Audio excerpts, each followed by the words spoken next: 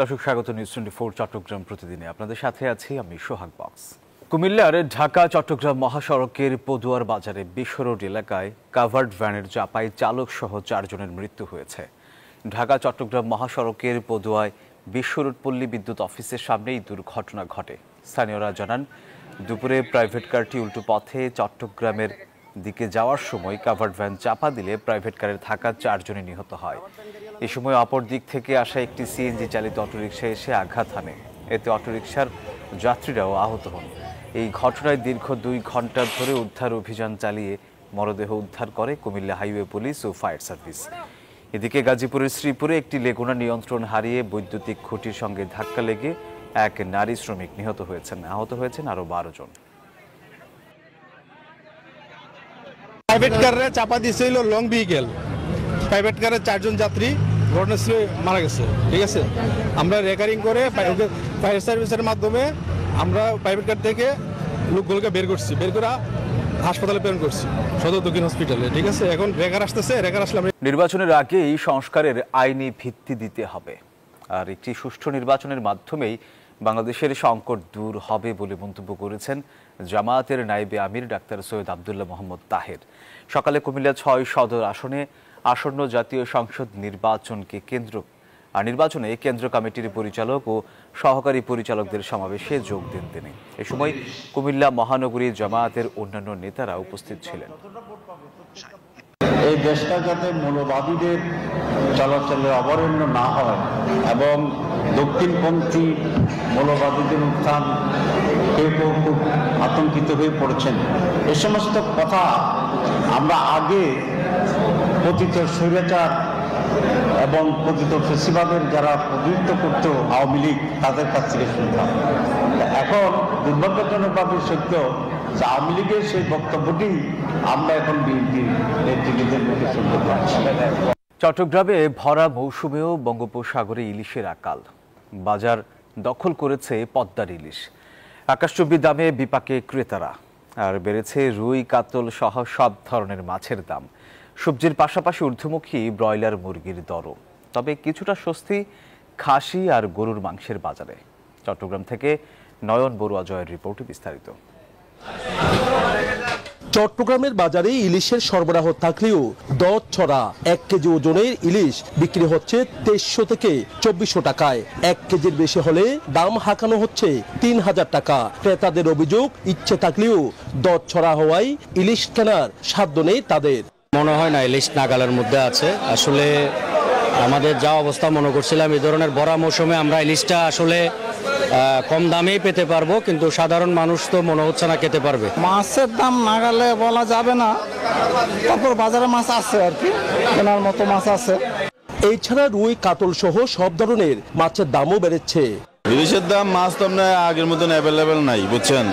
তাহলে একটু মাছ একটু চড়া, মানে মাছ চারির দাম মাছ পড়বে, মাছের দাম কমবে আর কি। আসলে ইলিশ সবার প্রিয় একটি মাছ, তো যারা সাধ্যের মধ্যে বাজার করে, যাদের ক্রয় ক্ষমতার মধ্যে, তারা আসলে ইলিশ মাছ কিনে খেতে পারছে না।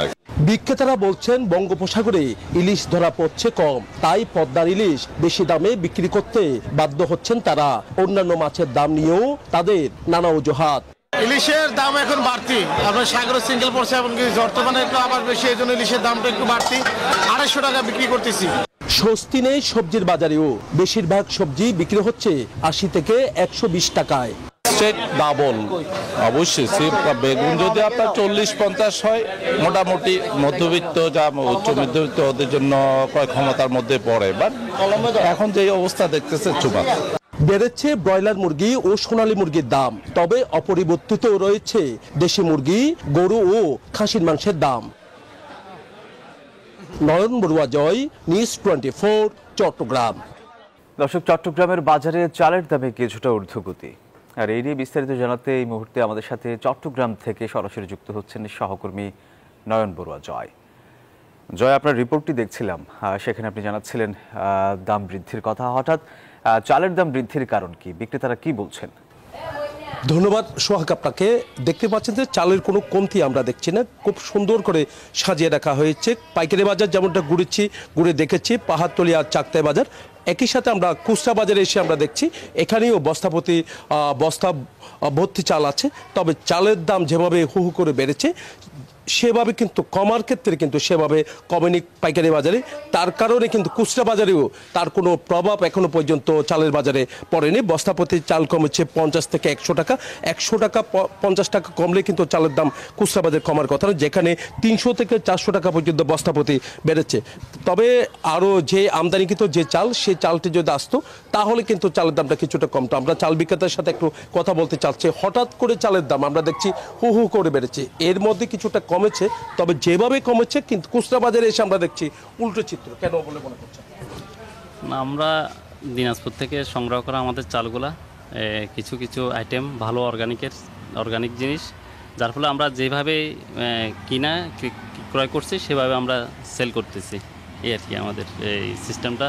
তবে চালের দাম আমরা বাড়ে নাই, যেমনটা ছিল আমাদের মধ্যে তেমনটাই আছে, মানে সেভাবে কোনো কমেনি, তাই তো? আগের মতো আছে? হ্যাঁ, আগের মতোই আছে। মানে আমরা কিনা অনুযায়ী সেল, যেটা যেভাবে ক্রয় করতেছি ওইটা ওইভাবে সেল করতেছি।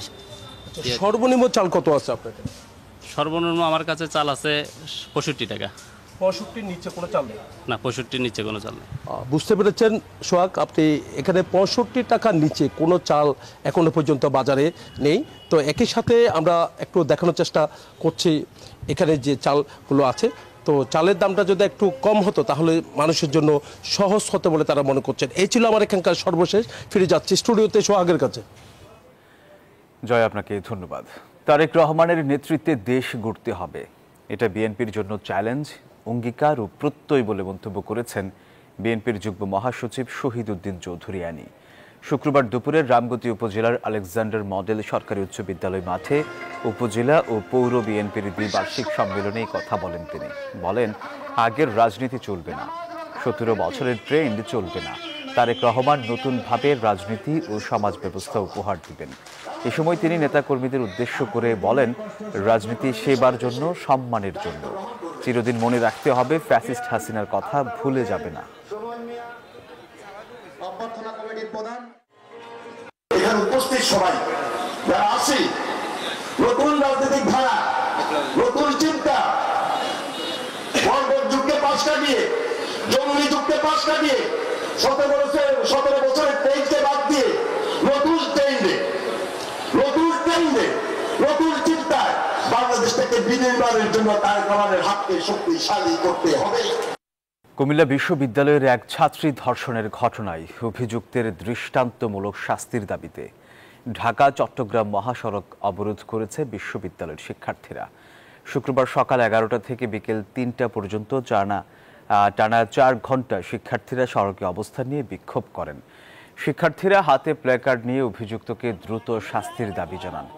এতে ঢাকা চট্টগ্রাম মহাসড়কে দীর্ঘ যানজটের সৃষ্টি হয়। পরে প্রশাসনের ঊর্ধ্বতন কর্মকর্তারা ঘটনাস্থলে এসে শিক্ষার্থীদের সঙ্গে আলোচনা করেন এবং দোষীদের গ্রেপ্তারের আশ্বাস দিলে শিক্ষার্থীরা বিকেল 3টার দিকে অবরোধ তুলে নেন। ঢাকা করাচি সরাসরি চলবে ফ্লাইট, জানান পাকিস্তানের বাণিজ্যমন্ত্রী জাম কামাল খান। শুক্রবার চট্টগ্রামে চেম্বার অব কমার্সের নেতাদের সঙ্গে মত বিনিময়কালে এই কথা বলেন তিনি। বাংলাদেশ পাকিস্তানের মধ্যে গেল কয়েক মাসে ভিসা প্রক্রিয়া দ্রুত ও সহজ হয়েছে উল্লেখ করে পাকিস্তানের বাণিজ্যমন্ত্রী। আর বাণিজ্য উপদেষ্টা শেখ বশির উদ্দিন বলেন, ব্যবসা বাণিজ্যে সক্ষমতা বাড়াতে কাজ করছে দুই দেশের সরকার। আবু জাবেদের ছবিতে নয়ন বড়ুয়া জয়ের রিপোর্টে বিস্তারিত। 4 দিনের সফরে বাংলাদেশে পাকিস্তানের বাণিজ্যমন্ত্রী জাম কামাল খান শুক্রবার মত বিনিময় করেন চট্টগ্রামের চেম্বার অব কমার্সের নেতাদের সঙ্গে। এই সময় তার সঙ্গে ছিলেন বাণিজ্য উপদেষ্টা শেখ বশির উদ্দিন।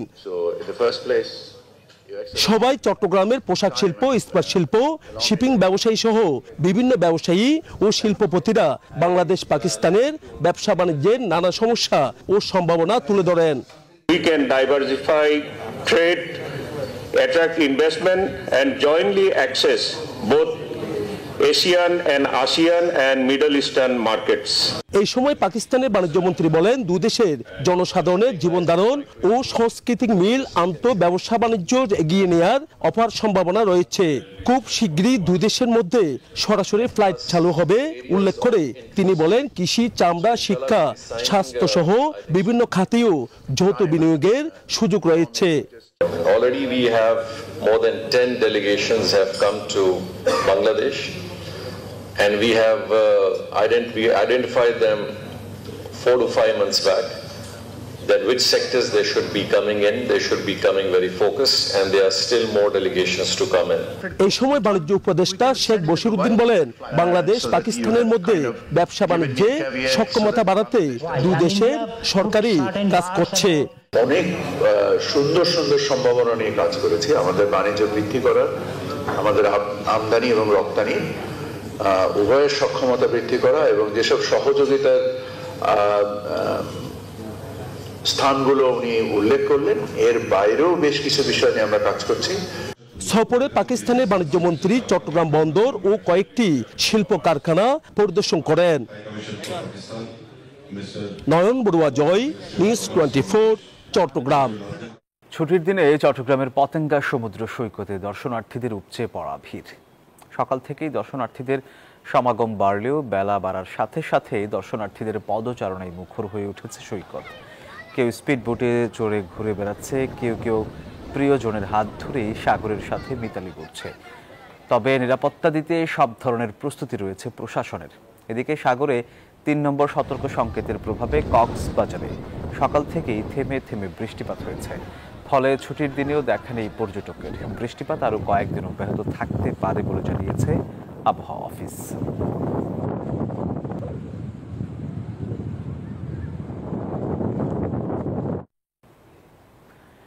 দর্শক, কক্সবাজার সমুদ্র সৈকত থেকে সরাসরি যুক্ত হচ্ছেন আমাদের সহকর্মী ইরফানুল হাসান।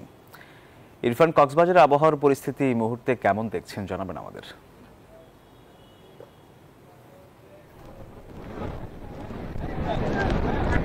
কক্সবাজার সমুদ্র সৈকতে এই মুহূর্তে 3 নম্বর সতর্কতা সংকেত চলছে। আর আজকে সকাল থেকে থেমে থেমে বেশ বৃষ্টিপাত, এখনো গুড়ি গুড়ি বৃষ্টি হচ্ছে এবং বৃষ্টি শুরু হওয়ার পর থেকে একেবারে পর্যটক শূন্য হয়ে পড়েছে কক্সবাজার সমুদ্র সৈকত।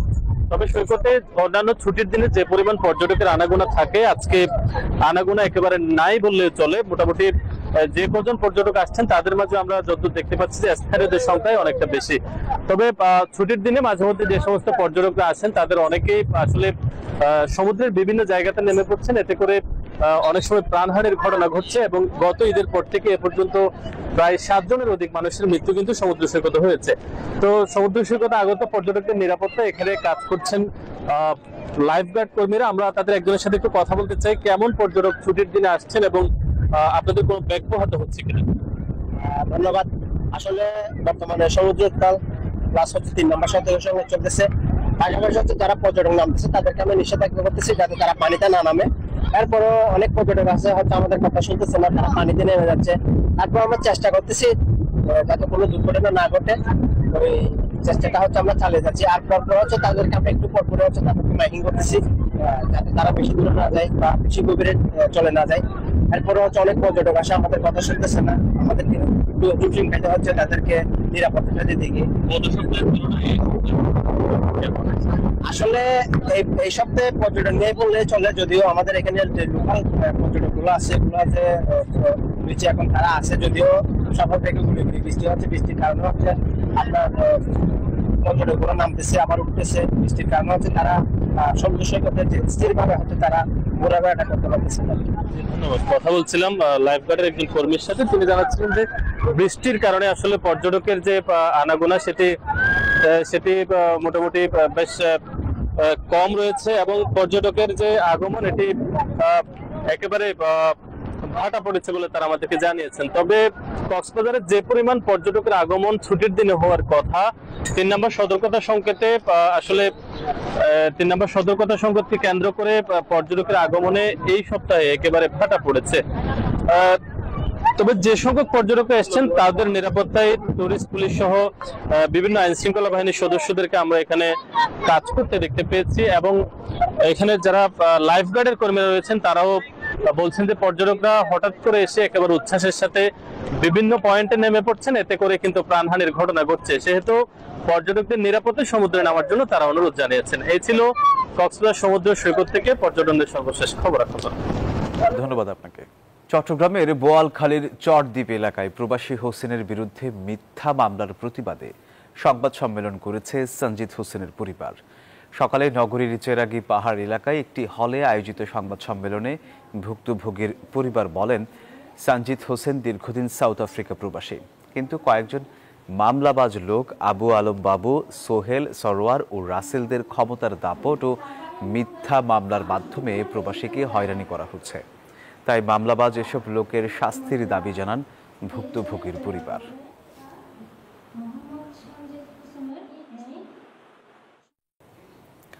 তারেক রহমানের ৩১ দফা বাস্তবায়নের লক্ষ্যে সন্দ্বীপে লিফলেট বিতরণ ও গণসংযোগ করেছে বিএনপি নেতাকর্মীরা। চট্টগ্রামের সন্দ্বীপে বিএনপির আহ্বায়ক কমিটির সদস্য ও যুক্তরাষ্ট্র বিএনপির সাধারণ সম্পাদক মুস্তফা কামাল পাশা বাবুল এর উদ্যোগে এই আয়োজন করা হয়।